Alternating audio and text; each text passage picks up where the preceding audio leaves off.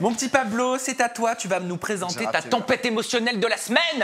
Ouais, moi je vais commencer par un méga down. Un truc, c'est à la suite d'une enquête que j'ai lue dans le journal Libération. C'est une influenceuse que je connaissais pas d'ailleurs. C'est une influenceuse fitness qui s'appelle Sonia Tlev, qui est accusée d'avoir exploité une domestique. Sonia Tlev, elle a 2 millions d'abonnés sur Instagram. Elle est connue parce qu'elle vend des programmes sportifs divers et variés. Et elle est donc accusée par une ancienne salariée à elle. J'ai dit domestique à dessein, parce que vraiment, elle l'utilise comme une domestique du 19e siècle. Il y a donc des verbatims, des citations en fait, de cette ancienne salariée. Je vous lis comment elle décrit ses conditions de travail. Je travaillais 7 jours sur 7, de 6h à 23h, tous les jours. J'étais tellement fatigué que je pleurais dans la chambre le soir. Épuisé, j'ai fini par m'enfuir. Aujourd'hui, cette ancienne employée porte plainte contre Sonia Tlev pour d'être humain. Donc c'est quand même un gros niveau de qualification, un gros niveau de plainte. Ça se passe en France. Ça se passe en France. Elle raconte comment elle est dans sa chambre de bonne minuscule près de Gare du Nord ou de Gare de l'Est, dans Paris. Donc, elle travaille dans des conditions abominables. Cette femme qui témoigne est d'origine philippine. Je pense que c'est important parce que les rapports raciaux en fait, à l'intérieur des maisons avec ce qu'on appelle les femmes de ménage, avec les employés de maisons diverses et variées, je pense que c'est très important parce que ça crée une aliénation, on va dire, genre de certains êtres par rapport à d'autres, une totale inégalité avec des gens en fait qui sont asservis aux autres. Parfois, ces gens n'ont pas de papier. Là, je ne sais pas si cette femme philippine a des papiers ou pas, mais lorsque vous avez un employé de maison qui n'a pas de papier, évidemment, et que vous êtes l'employeur ou l'employeuse, vous avez un rapport sur lui qui est hyper puissant. Vous pouvez en gros tout lui faire faire, puisque de toute façon, il n'a pas de papier. De toute façon, quand il sort de chez vous, il peut se faire arrêter par la police et renvoyer dans son pays. De toutes les façons, parfois, vous le payez au noir, c'est-à-dire genre sans le déclarer. Donc, en dehors de toute condition de travail normale. Et comme ça, je rejoins, pour conclure, avec le sujet dont on parlait tout à l'heure, cette question du fric. Je vois bien beaucoup d'influenceurs et d'influenceuses qui ont un niveau de vie qui, au moment où ils se lancent dans l'influence et qui commencent à réussir, ont beaucoup plus d'argent. Immédiatement, et on le voit dans leurs vidéos, ils commencent à prendre des employés de maison. C'est-à-dire des gens qui font leurs courses à leur place, des gens qui font le ménage à leur place, des gens qui parfois s'occupent de leur enfant à leur place, des gens qui organisent la maison à leur place. Ces rapports-là, ils sont compliqués. Ils sont compliqués parce qu'on est dans l'intimité. Pablo, il est important de dire qu'elle bénéficie de la présomption d'innocence. Elle bénéficie totalement de la présomption. Elle n'a pas présomption. été accusée par un tribunal, enfin elle n'a pas été rendue coupable par un Pas du tribunal. tout. Il n'y a pas une d'audience encore. On a essayé, on a contacté d'ailleurs Sonia Tlev, elle n'a pas souhaité prendre la parole par rapport à ce sujet. Elle est informée qu'on allait parler de ces accusations qui la visaient. J'ai insisté, j'ai demandé le numéro de son avocate. Elle nous a donné le numéro de son avocate qui n'a pas souhaité prendre la parole publiquement non plus. Voilà. T'as tout à fait raison de rappeler ça. Elle est totalement présumée innocente. Mais moi, je voulais un peu dézoomer en fait pour parler de la façon dont ces gens en fait qui rentrent dans l'intimité en venant ou bien nettoyer votre appartement. Il y a pas mal de gens aujourd'hui qui ont des hommes ou des femmes de ménage. Il y a les employés de maison, ceux qui restent toute la journée, comme c'était a priori le cas de cette femme philippine. C'est compliqué en fait de faire ça. Et il faut que ça soit très très encadré parce que sinon immédiatement en fait il y a des dérapages, il y a des abus. Moi à titre personnel je pense qu'il faut laisser un maximum, en fait il faut franchement lavez votre table, remplissez votre frigidaire tout seul, occupez-vous de vos enfants. Enfin, je veux dire, je sais que parfois c'est compliqué quand on a un travail qui prend beaucoup de temps, mais s'occuper un maximum de son intimité, de son chez-soi, je pense que ça permettra d'éviter en fait ce genre de situations qui sont insupportables. Je suis d'accord avec toi. Je suis d'accord avec toi. Moi, j'avais une femme de ménage qui avait son contrat, elle était tranquille, elle faisait 16 heures, elle était contente de son travail. Je me rappelle aussi de Maëva Guénam, elle a eu ces petites espèces de problèmes, je ne sais pas vous vous rappelez. Elle s'est fait assez critiquer sur les réseaux parce qu'elle répondait mal à ces femmes et hommes de ménage, je crois aussi. Et une fois, elle disait, là, on a accusé de ne pas l'avoir payé.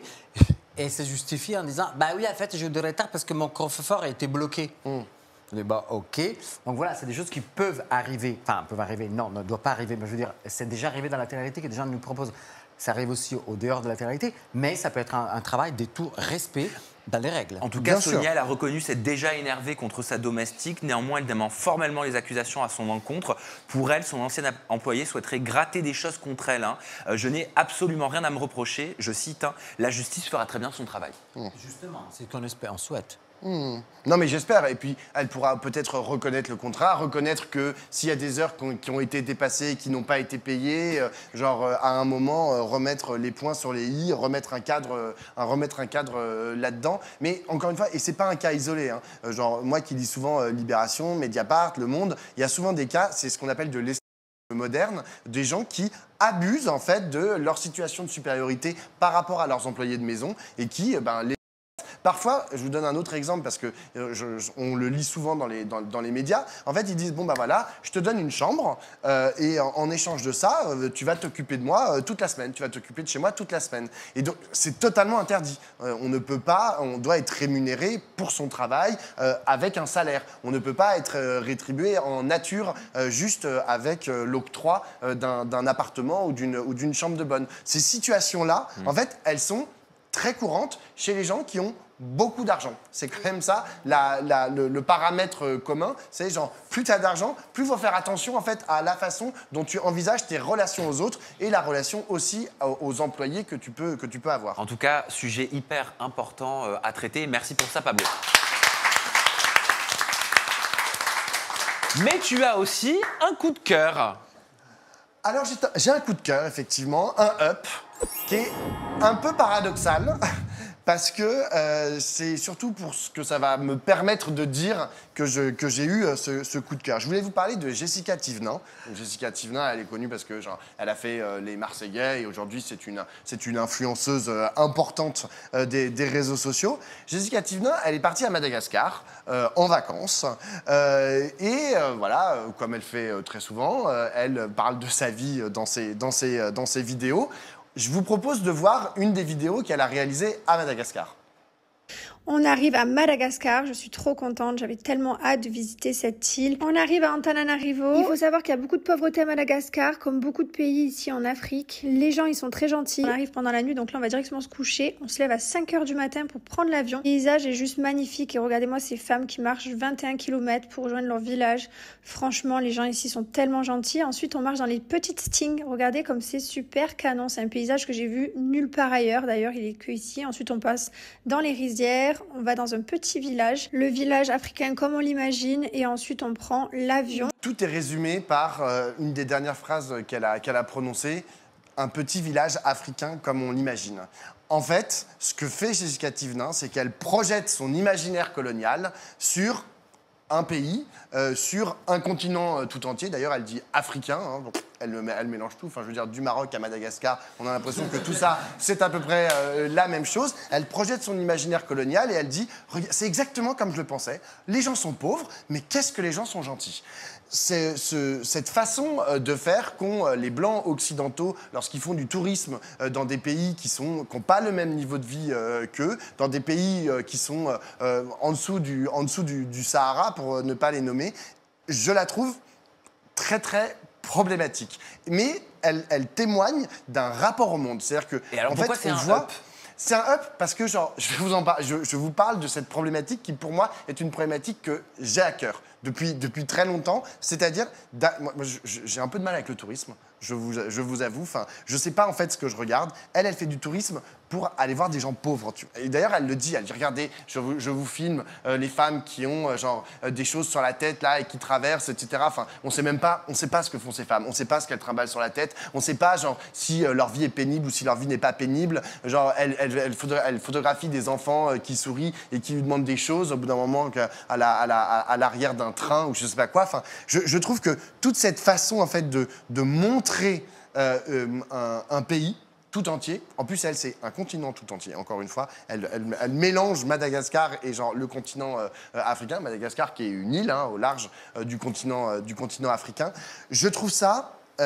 ça m'interpelle en fait sur ce qu'on montre et ce qu'aujourd'hui les gens en France vont voir. C'est-à-dire que genre, vous êtes on parlait tout à l'heure des enfants et de tous les petits occidentaux en fait qui suivent Jessica Chastain. Je dis occidentaux, mais c'est principalement des Français puisqu'elle parle en français. C'est une actrice. Je connais pas. Chastain. Ah si, ça existe. Jessica Chastain.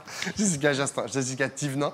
Genre, elle est suivie principalement par des francophones et des Français. Et genre, et vous imaginez que ben voilà, c'est ça qu'ils voient. Ils voient genre des vidéos comme ça. Moi, je pensais que t'allais la défendre. Non, je peux dire quelque chose? Je l'ai certainement pas à défendre. Connaissant moi Jessica. Vas-y. Ah, pardon, vas-y. Connaissant Jessica, c'est pas une fille non plus qui est très intelligente. Je veux pas lui trouver des excuses. Non, mais je veux pas lui trouver des excuses. Mais elle est pas non plus, la géographie pour elle, c'est qu'il y a qu'un pays, tu vois, elle est pas non plus placée. La France. Ah oui, il y a que la France et Dubaï. Tu vois ce que je veux te dire? Il y a pas. Tu vois ce que je veux te dire? Elle est Moi, pas... j'insulterais pas son intelligence, tu vois. Genre, Mais non, mais dans le sens où elle est neuneu, tu vois, elle est rigolote, tu vois, elle est pas, tu vois, c'est pas non plus. En fait, elle fait des boutades. On appelle ça faire une boutade. Tu vois ce que je veux te dire? Juste C'est une Soraya voulait boutade, en fait. s'exprimer.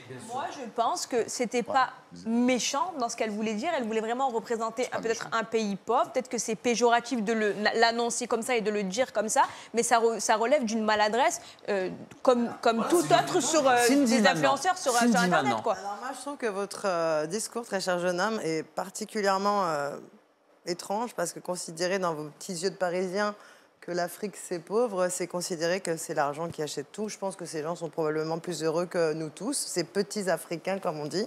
Et en fait, de se voir, tu vois, elle visite un coin, elle nous montre. Bon, bah c'est vrai qu'elle a pas, bon, comme tu dis, elle est pas, c'est pas littéraire. Voilà. Mais voilà, elle nous fait visiter ces trucs, ces petits voyages. Je vois pas en fait.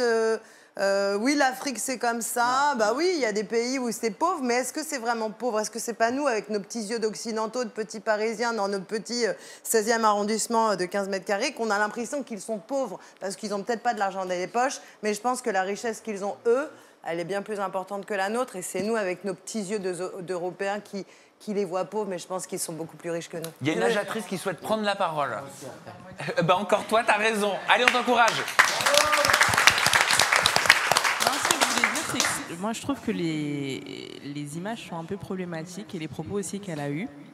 Quand elle dit voilà, c'est l'Afrique comme on l'imagine, non, c'est comme toi tu l'imagines, Jessica. Ouais. Voilà, déjà premièrement. Et puis dire que oui, c'est des boutades, de la maladresse, ok, on l'aime bien. On accepte parce qu'on l'aime bien, il n'y a pas de souci, mais en fait là, on est en 2025, je veux dire, à un moment donné, on se renseigne quand on va dans un pays, on explique pourquoi on y va, parce que là, je pense qu'aussi, elle a voulu aussi, dans un sens, peut-être redorer son image, je ne sais pas dans quel but, en fait, elle a voulu faire ce voyage et montrer ces images-là, mais je trouve ça assez déplacé et voire un petit peu réducteur pour tout le continent, pour le coup. Merci beaucoup de ton intervention. On va regarder la vidéo réponse parce qu'elle s'est justifiée, Jessica Thévenin, et tu pourras conclure, Pablo. Ouais. En tout cas, merci parce que sujet intéressant. Moi, je suis pour qu'on mette ces sujets sur la table. Regardez. Et en fait, je regardais les commentaires et j'ai vu qu'il y a plein de gens qui ont été genre surpris que j'ai pu dire le petit village africain comme on l'imagine, un truc comme ça. Alors, c'est absolument pas méchant, les gars. Mais c'est vrai que moi, quand je pensais au village africain, quand j'étais plus jeune et enfin toute ma vie, hein, ça me faisait penser au, je sais pas si vous vous souvenez, le canular des Marseillais. On nous avait fait un canular dans une télé, c'était les Marseillais en Afrique du Sud et ils avaient reconstitué un petit village d'Afrique avec une tribu qui était des acteurs. C'était complètement faux, tout était faux. On l'a su après, au bout de 2-3 jours de canular. Et en fait, on nous avait dit à l'époque, mais non, mais ça n'existe pas les petits villages comme ça, il n'y en a pas en fait. Et moi, à l'époque, j'avais dit ah, mais je pensais que ça existait et que c'était comme ça. Et je me rappelle, c'était à Marseille. Parce que tu t'imagines Kirikou, tu sais, le petit garçon dans un petit village comme ça, les petites baraques en terre, tu sais, en boue avec le petit bois et tout. Et quand tu penses à un petit village d'Afrique, tu penses à ce petit village-là. Enfin, moi, en tout cas, je pense à celui des Marseillais. Et du coup, c'est pour ça que j'ai dit ça, mais il n'y a absolument pas de mal. Moi, je ne dis absolument pas qu'elle est méchante ou qu'elle veuille blesser. Hein. Enfin, je parlais de l'imaginaire en fait dans lequel s'était baignée. Je rappellerai une chose Madagascar est une île qui a longtemps été colonisée par la France. C'est-à-dire que nous avons un rapport colonial en fait à cette île, ce qui est très important. Et donc la façon de hauteur en fait quand elle dit oui ça a été très bien dit par l'Ajatrice quand elle dit voilà c'est l'Afrique que j'imagine, le petit village africain que j'imagine, et c'est aussi la façon dont elle se justifie. Je trouve que c'est problématique parce qu'elle a une audience énorme. Après, je vais pas lui jeter la pierre. Enfin, je veux dire, il suffit juste, il faut que quelqu'un lui explique que, ben non, en fait, le monde, c'est pas Tintin au Congo, en fait. Que le monde, il a évolué, qu'il y a eu des luttes pour les indépendances, qu'il y a des luttes aujourd'hui pour que, un homme égale un autre homme, peu importe sa couleur, pour que les pays puissent à nouveau, en fait, avoir pignon sur rue dans les Nations Unies, etc. Le problème, c'est qu'aujourd'hui, les rapports de domination entre les pays, entre les aires géographiques, existent encore. La France coloniale, c'est pas terminé. La France on reste quand même un continent, on est quand même sur 5 continents, on est un des seuls pays du monde à être sur les 5 continents, avec des territoires d'outre-mer un peu partout. Et on a aussi des rapports avec nos anciennes colonies. Et ça, on n'en parle pas beaucoup, mais à Madagascar, au Mali, en Algérie, on a des entreprises françaises qui continuent d'utiliser en fait ce passé pour continuer d'exploiter à la fois les gens et les sous-sols de ces pays. Donc tout ça, évidemment, la pauvre Jessica, elle est pas, on n'est pas obligé de connaître tout ça et de savoir tout ça. Mais il faut quand même savoir que c'est ça l'arrière-fond. Enfin, quand elle prend la parole, il y a ça en arrière-fond. Et aujourd'hui, un Malgache en fait qui voit sa vidéo, s'il pouvait la comprendre, je pense qu'il pourrait être très heurté. Et il faudrait qu'elle pense à ça. Qu'est-ce que pensent les Malgaches qui voient sa vidéo? Oui, on est un petit village africain modèle. Tu l'as dit juste avant. Tu as vu? Tu penses pas que Jessica soit la plus non plus mais faut juste faire attention. Des éducatrices. Tu vois, c'est pas une prof de géographie, c'est pas une prof d'histoire, Jessica Chiveneng. En tout cas, merci Paplo. Grâce à toi, on a pu découvrir ce sujet. Merci de nous l'avoir développé.